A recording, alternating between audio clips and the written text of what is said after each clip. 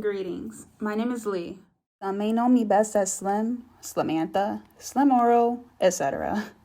After this episode, or a few after, you will probably refer to me as the host of the Golden Hour Analysis, True Crime Podcast. And hopefully, this will become your favorite new true crime podcast. Though I am well known for my vibrant, free-spirited, and outgoing personality, those who know me best will not be surprised about this more serious side that is observed when speaking about my passion. Speaking of passion, let's get into it. So, for a decade and a half, I developed a passion for solving crimes, specifically those involving missing and murdered children. So how did this come about? Well, at the age of 10, I joined my mom in watching former Georgia prosecutor Nancy Grace on her nightly segment featured on HLN.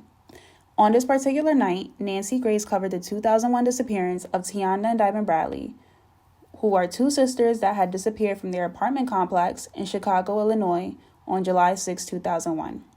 Years prior, I faintly remember viewing coverage on 9-year-old Jessica Lunsford from Homosassa, Florida, 9-year-old Dylan Green, and 8-year-old Shasta Green from Kootenai County, Idaho, and 18-year-old Natalee Holloway out of Aruba. However, at this time, I did not thoroughly direct my attention to their cases, except to remember their names and faces. Nonetheless, a few things regarding to the case of the Bradley sisters and their disappearance caught my attention and stuck to mind. 1. Diamond and I are the same age. 2. At the time of viewing that segment, I was the same age as Tionda. 3. As Nancy Grace stated, how is it that two young girls can just vanish into thin air? And after that episode finished, I became motivated to figure out the same thing as well.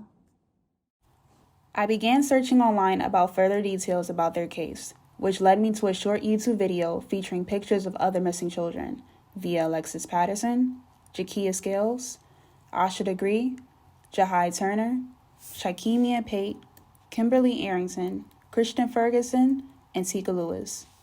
After searching the names featured in the video, I came across the website Black Kids Heaven, which presented a background of clouds and numerous hyperlinks of children of young ages as the Glenn Galbraith's Tell Me Why played in the background. The song has sent an eerie feeling, and I immediately logged off. However, the curiosity to find out the story behind these innocent faces caused me to return the following night with a bit more strength. 2 photos of 2 young girls were at the top of the screen. These 2 young girls were 9-year-old Sherrice Iverson, who was murdered in Primm, Nevada, and 13-year-old Cynteria Phillips, who was murdered in Miami, Florida. Throughout the rest of the page, I read more cases on children such as Koesha Rodgers, Marciana Ringo, Lashonna Bates, Glasker, Judy Cajuste, and a handful more. Some were solved, some whose lives were taken by those they trusted, and some still unsolved to this day.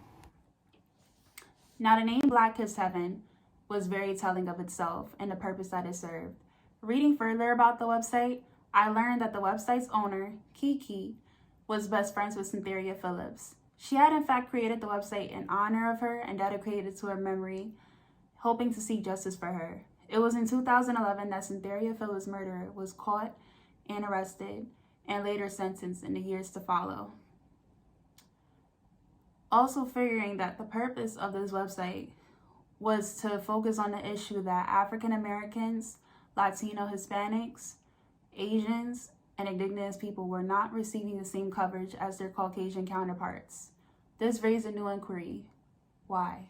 Each day I started to think more and more about these children, and of course the original question of how could someone just vanish into thin air, but now this new question that begins to ponder on my mind about is there really a discrepancy between the media coverage between Caucasian children and children of other races?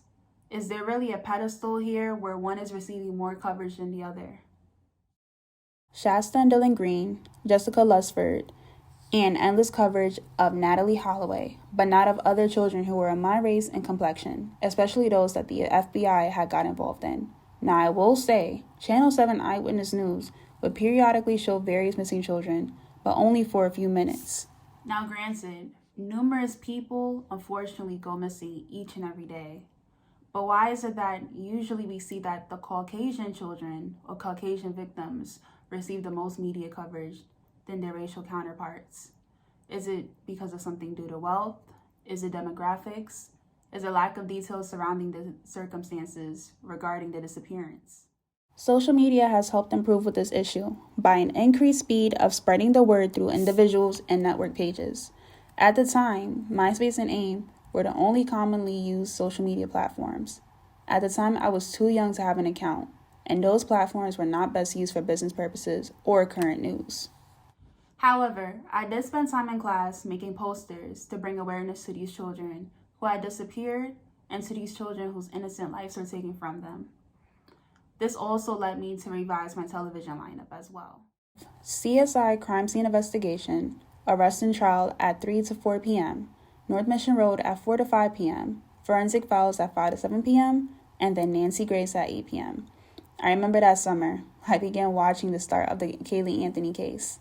Looking forward to Nancy Grace covering each and every update that occurred in that case, from when she was first reported missing all the way until she was recovered in December. Though I was looking forward to her covering the case of Tionda and Diamond Bradley again, I was interested in learning about other cases. The career goals had constantly jumped around, from a forensic scientist, or what I used to call at 10 years old, a forensiologist, homicide and missing persons detective, special victims detective, and currently towards a coroner or mortician. With my focus still advocating for missing, murdered, unidentified, and unsolved persons and cases, my career was still set along these lines, but I was seeking to find a platform to better advocate for these cases, as well as the ones who had first got me interested in this field. And I guess that's how I came up with Golden Hour Analysis True Crime Podcast. The significance of the name The Golden Hour is that is the first hour after the sunrise and the last hour before the sunset. The first hour represents when the case is first open and when it is solved, which is represented by the final hour before the sun sets and the night begins. The golden hour is more so significant to the loved ones of victims who are missing and to those who lay in unmarked graves that have yet to be matched with the identity they had throughout their course of living. Without that closure for both parties, the golden hour remains. In this case, night will represent the closure, as night represents when it's time to rest and prepare for the following day.